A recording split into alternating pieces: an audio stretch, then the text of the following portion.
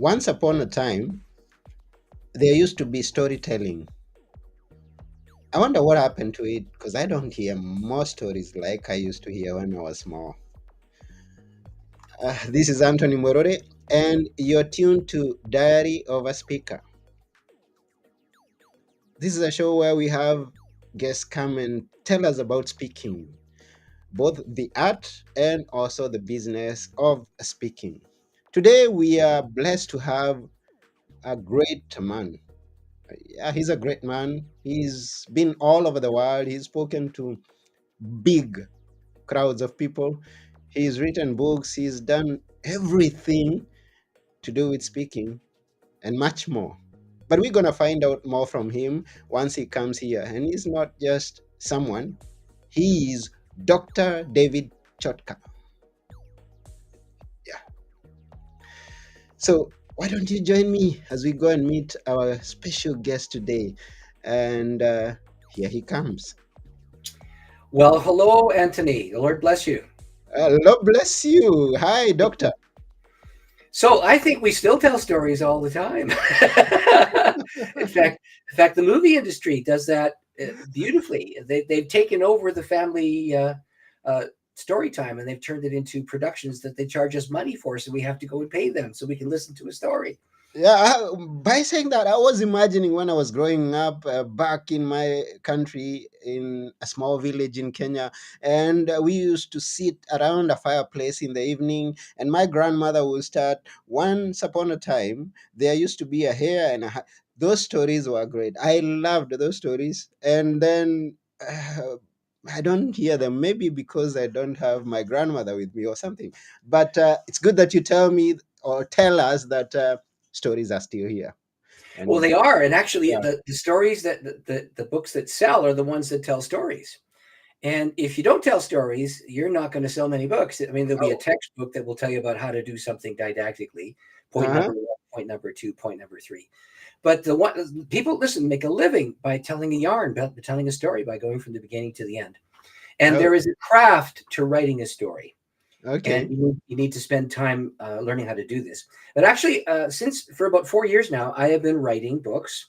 And what I learned in the whole process is that the most powerful way to create interest in what it is you're talking about is to weave a story around your application point. And Hmm. if you can build your application point into your story, Uh-huh. you will succeed in what you're doing. Ah. So, yeah. So So, yeah, 4 years back, you started writing books, but then 4 years before 4 years, you were here for many more years, and maybe we can have a clue of who is Dr. David Chotka from the well, I'm beginning. a storyteller. But beyond that, I'm a pastor. I've been a pastor for decades and decades. I Yeah. was ordained to the ministry way back in 1983. Wow. And way back in the day, that's when I first learned that the most important thing you can do in trying to get people to understand and obey the scripture is to tell stories just like Jesus did. Oh I mean, yeah. you want to find a master storyteller, Yeah. you won't find anybody better than Jesus of Nazareth. In Uh-huh. fact, there's branches of the church that love Matthew, Mark, Luke, John, Acts, and branches of the church that love Romans, Philippians, Ephesians, all the writing. And you could tell Yeah, there's yeah. one group that wants to learn, give me application points. There's one group wants to have a story. Uh-huh. But I mean, all you have to do is to say, let me talk to you about being a good Samaritan. And as soon as I say it, everybody knows what the story is about. Yeah. A Samaritan found some guy sitting at the side of the road. He took care of him. He brought him to an inn. He paid for his expenses. And who was the neighbor? It was the Samaritan. And Mm. so the application point is you become like that. And Mm-hmm. so one of the most important things I can say to you about writing is if you are trying to teach a principle, you need to wrap it in a story where the protagonists in the story carry out the same application point as you're trying to get your crowd to do. Mm-hmm. And so that's amazing. But I have been a pastor. I've served all over, mostly Canada. But in my ministry in Canada, I found myself doing itinerant work while I was the lead pastor of local churches. And so Mm. I have traveled and I've spoken in all the continents on earth that have people on them. I've Uh-huh. never preached in Antarctica and I don't want to. But I preached in Africa. I preached in Asia. I Uh-huh. preached. I have 6 nations in Europe, 7 nations in Asia. I've been to Australia. I've been all over North and South America, et cetera, et cetera. And I've had opportunity to share what I've been writing and teaching for many, many years. I Oh. actually started writing way back in the 1980s. And then I wrote my first book in the year 2008, got it published in 2009. And Mm. that book was distributed to the people who belong to my denomination who are across the earth. So What was it about?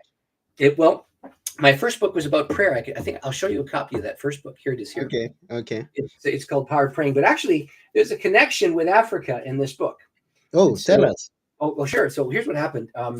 One day I was in my office having a prayer time, Mm-hmm. and I sensed one of those unusual moments where you were aware that you were actually talking to God and God was listening and God was talking back to you. It's one of those, lots of times when you pray, you wonder if you're talking to the ceiling. Mm. But at that moment when I was praying, there was this dynamic engagement with the Lord. And I felt this command to start to pray for the nations. And Mm. I'm a Canadian, and so I started to pray for my own country. And then I sensed the Lord command me to pray for the United States. And I said, look, the United States got 32 million Southern Baptists. We have 33 million Canadians. Mm. Surely you got somebody in the States who could pray for the States. I prayed for my country. But I Yeah. lost the argument. And the Lord commanded me to pray for the United States, and I did.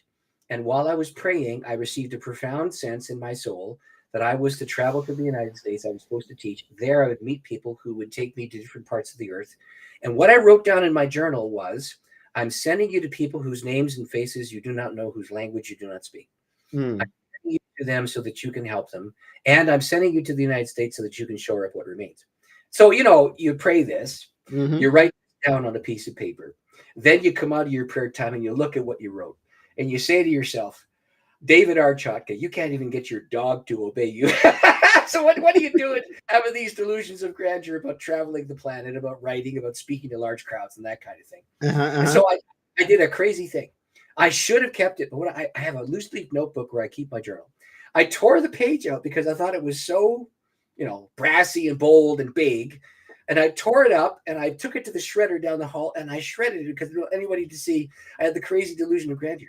Mm. Well, that day, 3 o'clock in the afternoon, my phone rang and it was an American guy. And he Whoa. said, "Are you the Chot guy?" I said, "I am." He said, "Do you mobilize prayer in Canada?" I said, "I do." He said, "I want you to come to Atlanta, Georgia. There's a bunch of people who travel the earth and teach and preach about prayer. Would you join us so we can consider doing this thing across the planet?" So I thought, Whoa. what? So it's Whoa. the same day. Right. So now I just told you a story. So, everybody's engaged in the story Mm. and want to know the outcome of the story. So I went to Atlanta.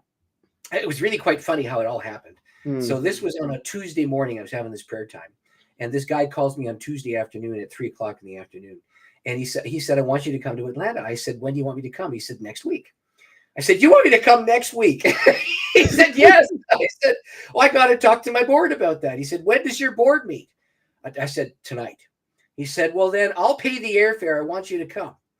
I said, "Well, where can I stay?" He said, "You can stay in my house. I'll pay the airfare. I want you to come." I'd Whoa. never met the guy. I mean, we're talking, but he was in my denomination. He Uh-huh. was known to the American branch. I was in the Canadian branch. Okay. Anyway, I thought, okay, he's obviously an alliance pastor. I can trust the guy.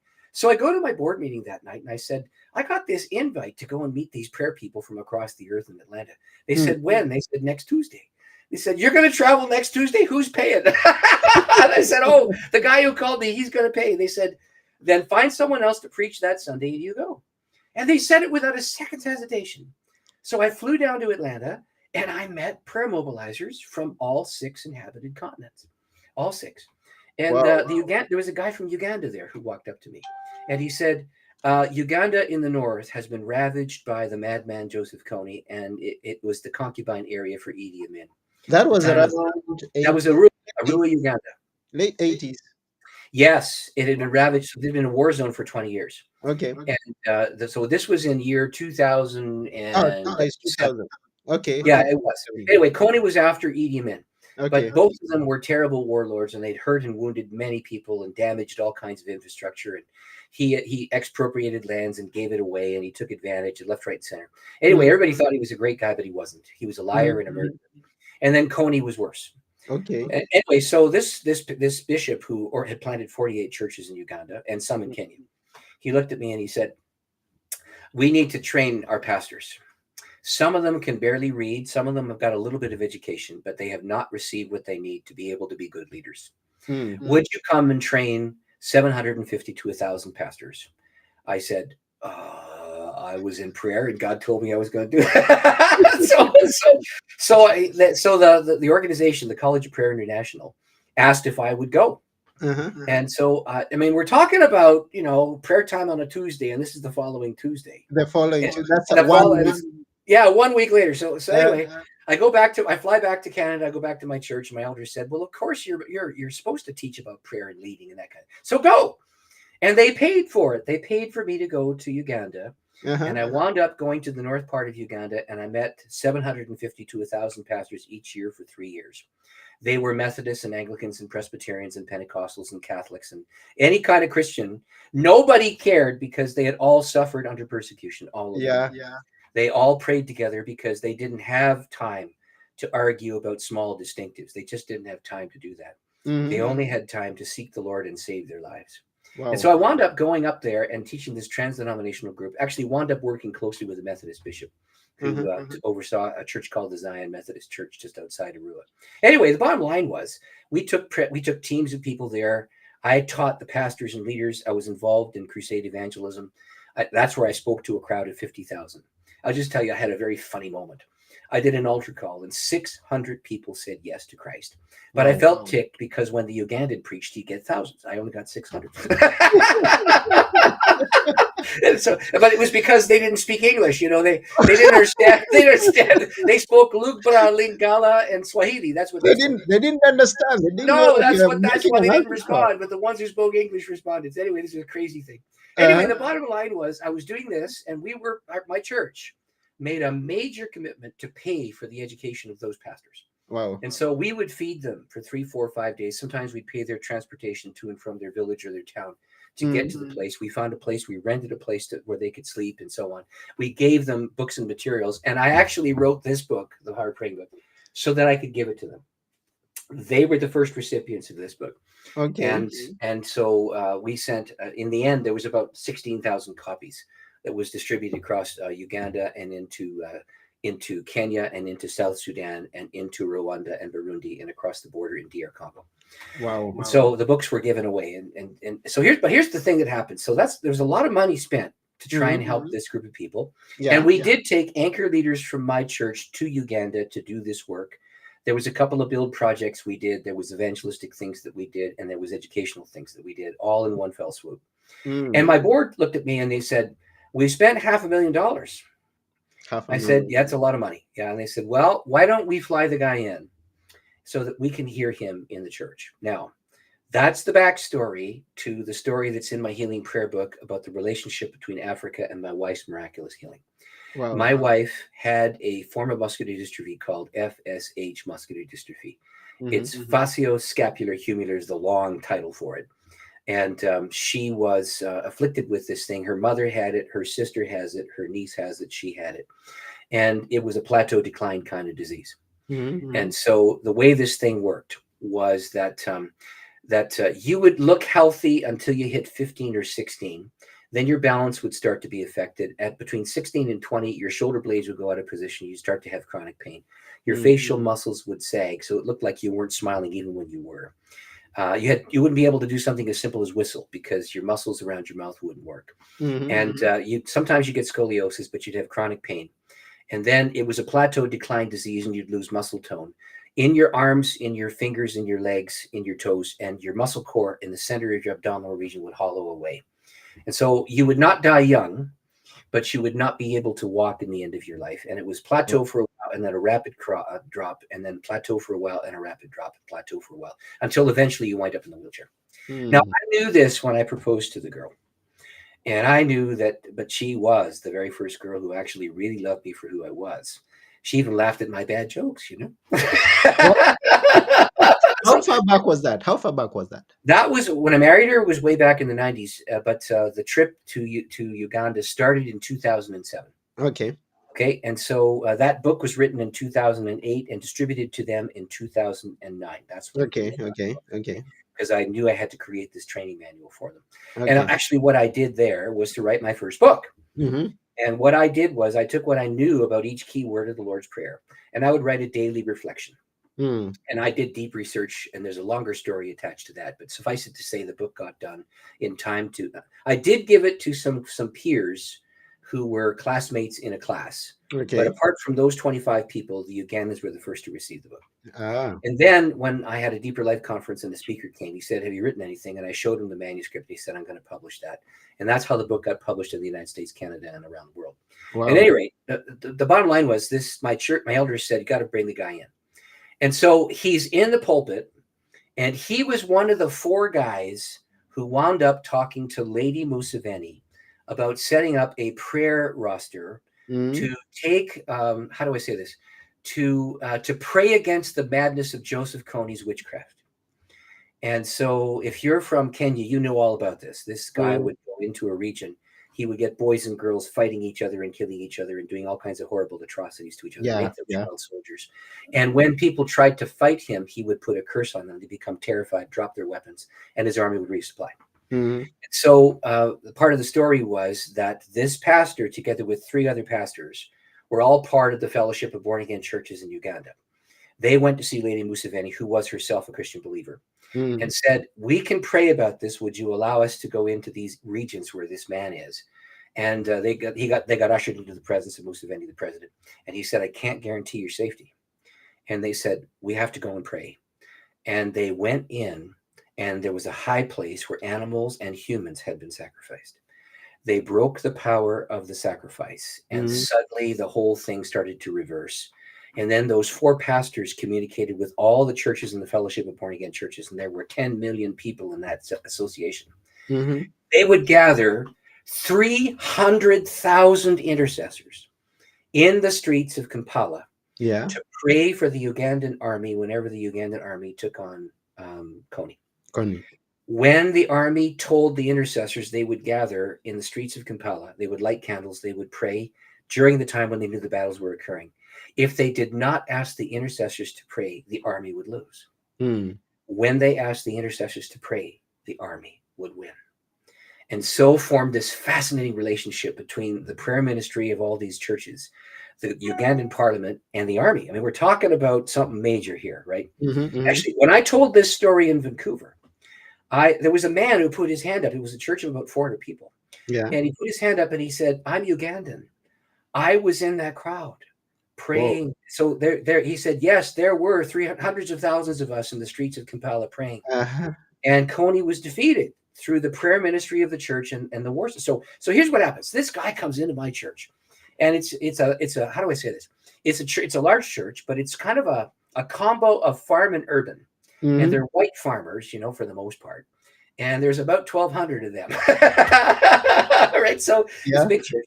And we had three services, a sanctuary that could seat 450 people.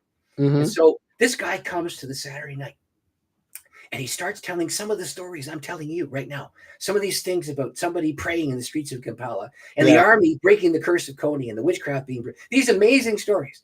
And of course, everybody in the Saturday night said, "This is amazing." And they walked up to us and they said, Mm-hmm. "Tell different stories. We're coming back to the 9 o'clock service tomorrow." And so they texted their friends. And the 9 o'clock service was usually about 2/3 full because it was the early risers. But it was now jam packed with the Saturday nighters plus their friends plus the regular crowd. Yeah. And he's telling more of these amazing stories about deliverance from death or curses being broken or miraculous healings happening. And those people came to the 11 o'clock. All right. So we're talking about a hyper overfull sanctuary. Mm-hmm. Ordinarily about 500 at the 11 o'clock. That was the full service. But now it's 650. They're lined up against the wall and they're into the hallway and they're in the back and all these crazy kinds of things are happening. Yeah. And of course, it's standing room only. And my wife is in the second row from the front, and she has been unable to raise her arms above her head for decades. Unable to. And what the preacher did not know was that she was unable to go up and down the steps. She had to use her hands to lift her legs to get on the step and take a rail Oh. and pick herself up, and then put her other leg on the rail on the step, balance herself, and pull herself up. That's how she got to the bathroom at home. I mean, this is Mm-hmm. terrible. Mm. And we were going to buy a 1-floor house. He didn't know this because he was the guest from Africa. He just didn't know. Okay. We Uh-huh. had company who'd come to visit us from Vancouver because they were considering to travel with us to go to Uganda, and they had to pay their own airfare. Mm. And so they were trying to figure out if they should do this. And while we're doing this, this guy is telling these amazing stories, and it's the 11 o'clock service. And then he stops in the middle of a story. And I'll have to tell you, when you have a climax to a story, and you know somebody's life's in danger and he hasn't got to the end of the story. Mm-hmm. Everybody's sitting on the edge of their seat. Yeah. And then he looks at me and he says, David, David, what is M.A.? I thought, M.A., Master of Arts. I don't know. So he said, no, something's wrong. And he put his head on the pulpit and he started to pray. And of course, there's all these people who are jam packed like sardines into this room, waiting to hear the end of the war story where somebody's life's imperiled. And this Yeah. guy stops himself in the middle of the sentence. And then he looks up and then he says, it's a wasting muscle disease. It starts in your head, it goes down into your face, all the muscles sag so you can't smile. Your shoulder blades are out of position, your shoulders get rounded, you get chronic pain between 16 and 20. If you damage a muscle, you never get. I mean, it was a perfect medical description of FSH, muscular dystrophy. Mm-hmm. And then he said this, whoever has this, Jesus has just healed you. And by now I'm looking at my wife because I'm realizing he's talking about her. I'm looking at her. Mm-hmm. And her arms go above her head into the air in praise of God for the first time Wow. in Wow. more than 20 years. Her arms are way up in the air. And I'm Wow. looking at her. And she doesn't even know she's got her arms in the air. Uh-huh. And she doesn't even know. She's just worshiping God. I mean, that's what she's doing. And of Mm. course, all our friends are sitting around us, some visitors from out of town who've known us for decades, together with the people who'd served in the church. And at that point, we'd been there 5 years. Mm-hmm. And so the people in that church knew about her affliction. And some of the ladies sitting next to my wife had actually had to come and help her to clean the house, but moving the furniture around to get the vacuum to work. I mean, these kinds of things she couldn't do. And Mm-hmm. they're all looking at her while she's doing this. Then here's what happens. So the service ends. We have a big, long prayer time. Mm-hmm. And we leave the church service. We go to my home because I have company. They've come to hear this guest, and he's there in the living room. And in the living room, there are 5 people who are miraculously healed from this service, Mm. including my wife. And here's what happened. The plan was that I would go into my home Mm-hmm. and that I would be the one to get on the top shelves to take down the heavy pots and pans to cook for the large crowd because she couldn't raise her arms to do it. Yeah. She pushed me out of the way. She stood on the chair. She put her arms up. She took down the heavy pots and pans Whoa. and started to cook the meal.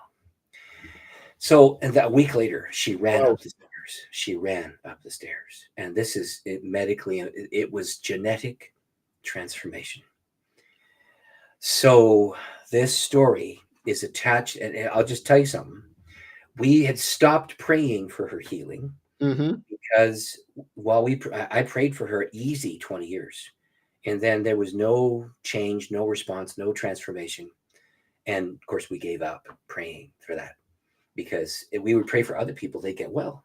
Mm. When I prayed for my wife, she would not get well. And the irony was when she would pray for people who were ill, the ill person would get well while she was declining. Wow. And we just didn't understand that. Yeah. It's And an that was a very strange mystery. So here's the phrase that characterizes what I teach in the Healing Prayer Book. mm. The phrase is, we made a decision to seek the healer and not the healing. And while we were seeking the healer, it rested with God to make the decision about how whatever healing would be manifested. Mm-hmm. And we said, we gave the Lord our diminishing strength, and we said, we have less than we had last year. We're going to use what we have to serve you. Mm-hmm. And in the middle of making that decision, this event happened. So that set into motion the need to write about it. Wow. Now, what I just What a did, story. I used the thing around a story. See? Yeah. What a story. What a story. So the power of story is Mm-hmm. that people want to know how the story ends. Mm. Yeah. And if you can attach an application to the end of the story, then your writers will be able, or your podcasters, or whatever you're doing with radio, broadcast, or television, or whatever kind of media you're using, you will engage the listener or the hearer or the reader if that person knows that they're coming to some sort of a conclusion as they're listening. Mm. And if you can join together the application you would like them to consider with the story, then you'll make a sale for your book, or you'll move that thing in that direction. So, All I of mean, speech, you're speaking to a 50,000 packed stadium. yes, Yeah. yes. Uh-huh. And so it was an amazing kind of thing. Okay. And but here's what happened. I mean, the bottom line was when that healing took place, Mm-hmm. my whole life switched because I used to have to get up in the morning, go around to the other side of the bed, help my wife sit up, have her put her arms on my shoulders as I lifted her to get her to the shower so that she could loosen up the muscles she still had left Yeah. to be able to take care of our two kids. Mm-hmm. And I was traveling, teaching about healing prayer while my wife was declining. And so there was this very strange taste in my mouth about how this would work until that principle brought me to a place of peace. Mm. And then I began to see from that point forward that my whole view of how this works shifted. And I'll just say leadership is by submission. Jesus did nothing unless the Father showed him. Yeah. And that's also true for us. Yeah. If Exactly. Jesus if Jesus could do nothing unless the Father showed him, that Yeah. means I can't either, and you can't either. And so, but then when Jesus did teach, he would always use a story. And I'll just prove this to you. I'll tell you a story where I was once asked to speak to a bunch of war vets and their families. Mm-hmm. And Canada has an event called Remembrance Day, always Okay. happens on November 11th. And the vets would always ask some clergy guy to come in there and do a little spiel. And the Mm-hmm. goal was that you're going to try and create interest in the day because interest was waning as the World War II people were dying off. Less and less people had family who had been affected by war. And this is before Canada and the United States went to war in Afghanistan. So at Okay. that point in the game, the whole thing about supporting the army was getting weaker and weaker. So the vets asked me to come and say something that would speak to their families. I thought, well, I've never been in war, so how do I relate to this? I thought, well, I better tell them a story. And then I remembered a story from my childhood. When I Mm. was 16 years old, I belonged to a church that had an old war vet by the name of Ross Strom in it. Ross had been a well-decorated World War II vet, and he always liked this whole idea about God being a rock. You know, Uh-huh. there's a whole bunch of language in the Psalms about God is my rock of defense. God is Yeah. my. Yeah. Yeah. I thought, I don't get that. I was in a Bible study. I was 16 years old. He was like 72 or 3. Okay. And he looked at me and I said, listen, why do you like that thing about God being a rock? He said, let me tell you why. I was a major in World War II, and we were in Nazi occupied territory. And we were in the middle of a battle, and it was after D-Day, before V-Day, before the final battles went ended World War II. Mm-hmm. Mm-hmm. And I was leading a whole thousands of troops in this battle, and I was responsible for directing them. When Yeah. suddenly we came under a barrage of fire, and there was me and 2 other men. We hid behind a large boulder. Suddenly we thought we were safe, and then a live grenade landed right between my 2 feet, and all 3 of us thought we were dead. There was no way to run from that grenade. But the grenade rolled and it went into a gopher hole and it went down underneath the boulder and it exploded under the boulder. The boulder was lifted 3 feet in the air. We were knocked back onto the ground, but we stood up and we discovered that we had been spared by a rock. Wow. That night, after we won the battle, the chaplain read a scripture. God is my rock of my defense. He is my fortress. In him I'll trust. And from that point forward, those 3 men would look at each other whenever there was a scripture read about God being a rock of defense. So I said, now listen, and then I was talking to these families. Of course, they're all in awe about the story. Now it's less Mhm. than 3 minutes. I told you that story in 3 minutes. Yeah. And then I said, these vets were spared by a rock from a hand grenade. Surely we can honor them for what they did to create freedom in our countries. Mm. Do this. So here's what would happen. Every time they drove down the road and saw a boulder, they'd remember the story. Every time they went for a hike in the field and they saw a boulder, they would remember the story and they would associate the story with their need to support the military. Mm. And so what I did with the story was to include the application in the story Yeah. so that people could hear the account, be moved by the account, and have a visual reminder of the application point that I wanted to make. And the Mm. application point was number one, believe in God and He's the rock of our defense. But oh, by the way, you need to help the military. Wow, wow, wow, wow. That's so wonderful, so great, so great. Now, to the person who is listening to this episode, are there some guidelines that you maybe could give us to just know how to create a story and how to just deliver it? Well, yeah, you know what? I'll give you several stories. So here's what I like to do. Yes. I'll give you a framework for what I call the origin story. So Okay. everybody's got one of those, all right? And it works like this: things were going well until this happened, and then you write about what happened. Then you say, "I didn't know what to do until I heard about this," and then you write about what it was that you could do. Then you say, "I took this action step," and you write the action step. Then you say, "Now I'm back on course and here's where I am." And then you write that out. And then you say to them, "You can be too, and let me help you by."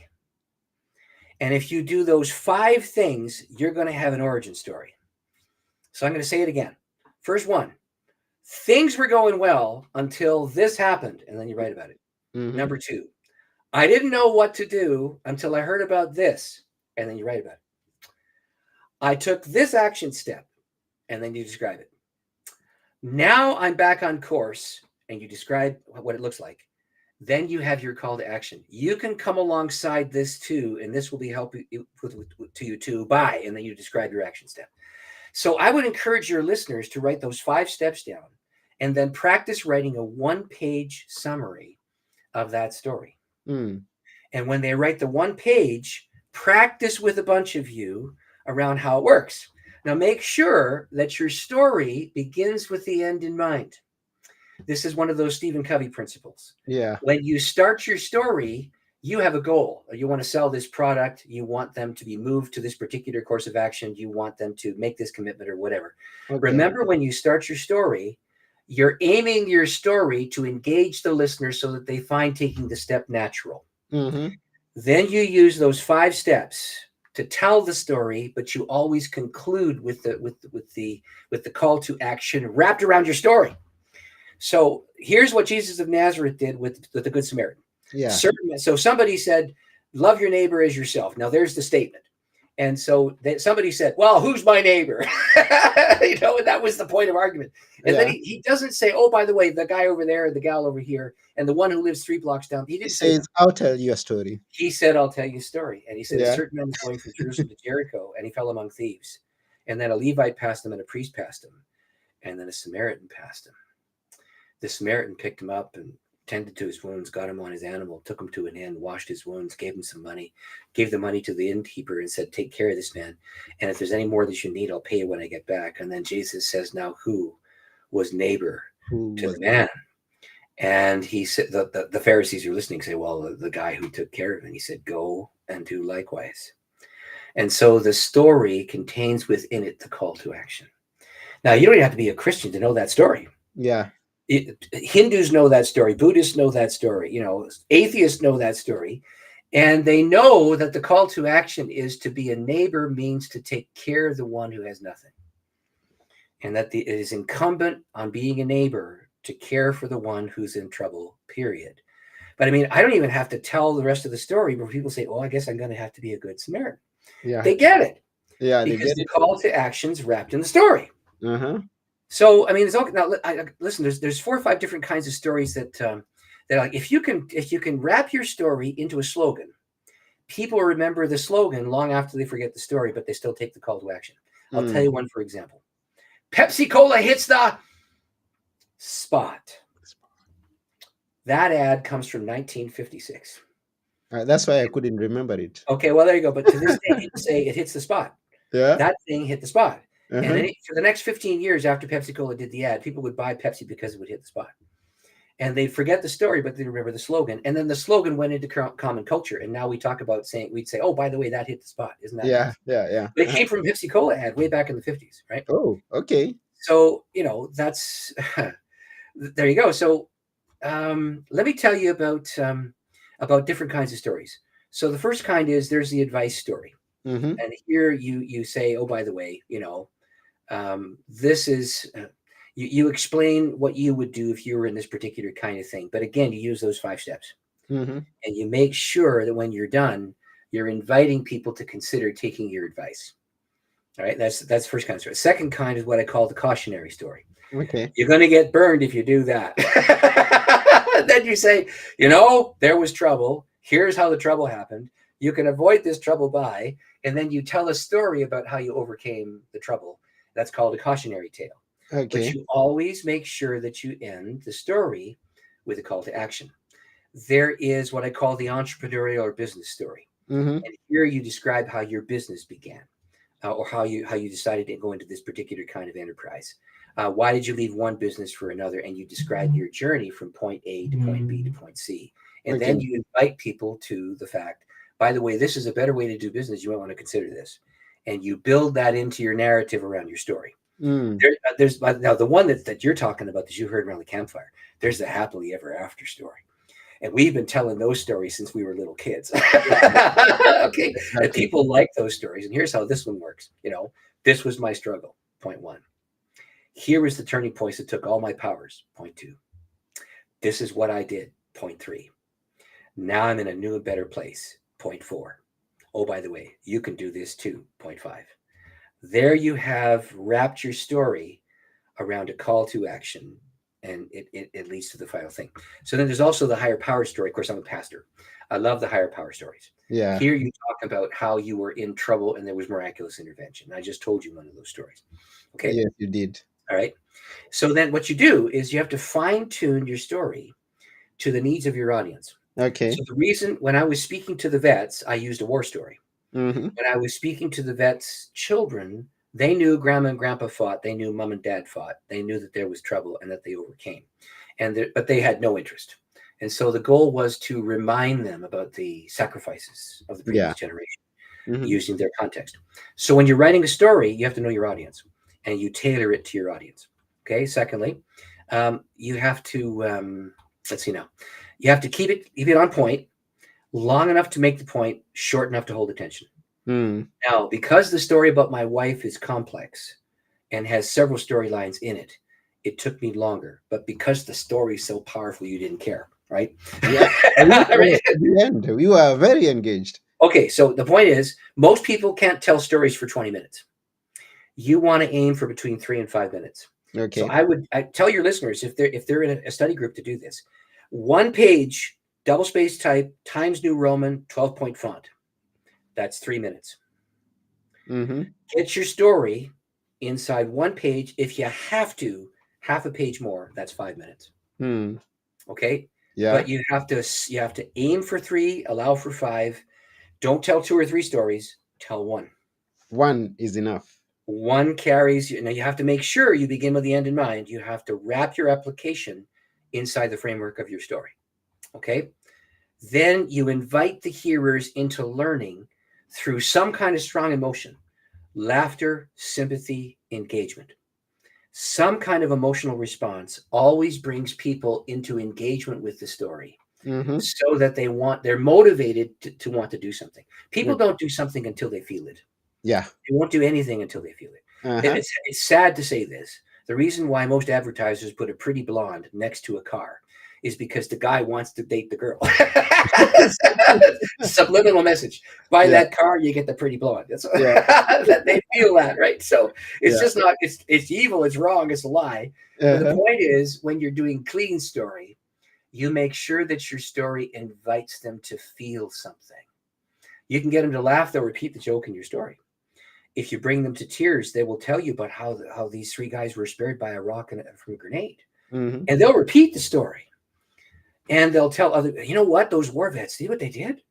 We have to come alongside them. There's no choice here. This is really important. Yeah. And then you make sure that your story ends with the application, ideally intertwined with the story. So that's what I would say to anybody who's a writer. And this doesn't depend on you being a Christian or a Buddhist or a Baptist or a Pentecostal or a Hindu or an atheist or whatever. It depends on your decision to wrap your story around your call to action. Wow. Wow. Wow. Wow. Okay, David. so I'm going to give you the 5 points really quick. Here you go. Number Okay. 1, use the power of story to begin your call to action. Number 2, Fine tune your story so it invites the audience to participate in it around their needs. Number three, keep it on point, long enough to make the point, short enough to hold attention. Number four, invite the hearers into learning through strong emotion. And finally, make the application point through your story. There you go. There you go. David, Dr. David, you just slayed a giant in front of us. Wow, this is very wonderful of you. We really appreciate you and everything that you shared with us. It's quite an honor to have you here. Thank you. Thank Yes, you. yes, yes. So it's a blessing that you come to the Diary of a Speaker, and now to all those who've been listening, now you've got the power of a story and got a lit. You can write your book. Yes. Can I show some books that I wrote? Yeah. Go ahead, go Okay. ahead. So this Now, this one's full of story. this This is one's your on time. Amazon. Yeah, this This is your time to tell us more okay. about you in 3 minutes and how we Okay. can connect with you. Well, Now, this one's hey, on are you Amazon. there? This is about stories about hearing the voice of God. Hey, are you Okay, there? It's me, it's me. God. How to listen, test, and know when God speaks, and has a foreword by a storyteller, Jack Canfield, the Chicken Soup for the Soul guy. Wow, So the wow. book is filled with stories, and you can get Yes. that on Amazon. It's Uh-huh. available across the planet. Okay. And that book stayed on Amazon #1 for a month. And it was because Jack Canfield wrote the foreword to that. This one is my latest book, and this tells the healing prayer story that I told about my wife. Together, it gives principles about how you do healing prayer, how you pay attention to the voice of God's Spirit when He's trying to prompt you to do it, how you Okay. live with holy mystery when the prayer isn't answered, and what you do in the middle. So it's co-write with Reverend Dr. Maxie Dunham, who's a million-selling author. And this one was produced by a large publishing house. Yeah. This one is available anywhere books are sold. You can get this at Walmart. You can get it at Books A Million. You can get it at Barnes and Noble. You can get it on Amazon. You can get it anywhere on earth because it's run by a large company. Okay. So Maxie Dunham's the co-author, and this book gives tried and true methods about how to pay attention when it's time to enter into healing prayer, when you're getting a question mark around what it is you're supposed to do, and it gives tried and true methods about how to do that. So if Wow. you want to be in touch with me, you go to my website, Spirit like Holy Spirit, Yes. Equip like equipment, spiritequip.com. And there's links to the books, to the podcasts that I do, to my website, to courses that I teach online. And you can invite me to come to your church or your gathering across the planet. I do travel across the earth to teach and preach. I do 3-day events. In fact, I'm going to be going to Vietnam in about 3 months. Going to Wow. be doing an event there. Uh-huh. And I hope to go into Cambodia after that to speak there. But I speak across the United States and Canada and Europe mostly. I have been to Australia several times. But regardless of this, you want to invite me, got to pay my airfare, got to get me a place to stay, and then take up an offering and pay me. But regardless of that, I do events where I teach people in what I call the funnel of faith. It's fast information, like I just gave you about story. Okay. So whatever topic I'm teaching on, and I have 5 areas of expertise. When I teach on one of those topics, it's like drinking from the fire hose. Then after that's done, you purchase one of these books and you have a 6 or 7 or 8 week process where you gradually learn what it is that I taught you in a big fat hurry over the 3-day event. And the Hmm. secret sauce is to inspire over the weekend and then to learn in a rollout immediately after the weekend is done. And so I've been doing that now for 5 years. Before that, I was a pastor of a local church and I oversaw this. And by the way, when I preached, I used story. You use story, and we would love to hear those stories. So we are going to look for where you're going to be next, and maybe we'll be right there in the audience listening to the That would stories. be my next trip is to Edmonton, and then after that, I'm in Nebraska. So there you go. And Oh, so, and then after that, I'm in Hattiesburg, Mississippi, and then after that, I'm in Toronto, Ontario, and then after that, I am in Vietnam. That's the thing that's going to happen here. So wow, wow, wow. Keep speaking, keep teaching, keep giving the book so that people can equip themselves and, yeah, keep growing. thank you. Wow, wow, wow. This has been an episode and a half. Thanks to you, Dr. David. We really appreciate you. And yeah, just as a reminder to all those who've been watching or listening, even when you get to watch this, the recorded version, or you get it through the newsletter that is found at the diaryofaSpeaker.com. That's where we are, diaryofaSpeaker.com. If you get to watch this, follow up with David. www.spiritequip.com. Wow, that's about it. Thank Okay, well, thank you. It's a delight to. I think I went overtime with your group. It was worth it. It was worth it. A good story Okay. will always surpass time. Well, you know what? Straight up, I gave your audience a grid that they could use to write their own stories. So, and the power of story is that you lived it, and that it has something in common with somebody else who's listening. And as you do that, it becomes a profound thing. So let's see if your group really takes hold of that. And I really would encourage you, if you can, get your group to get 2 pages max and create a story around one of those themes that I gave you. And it will change their writing. It honestly will. It will change their writing. Wow, thank you. Thank you. Thank you. You're So welcome. go take all that you've been given by Dr. David and become the next greatest speaker or even writer. Yeah.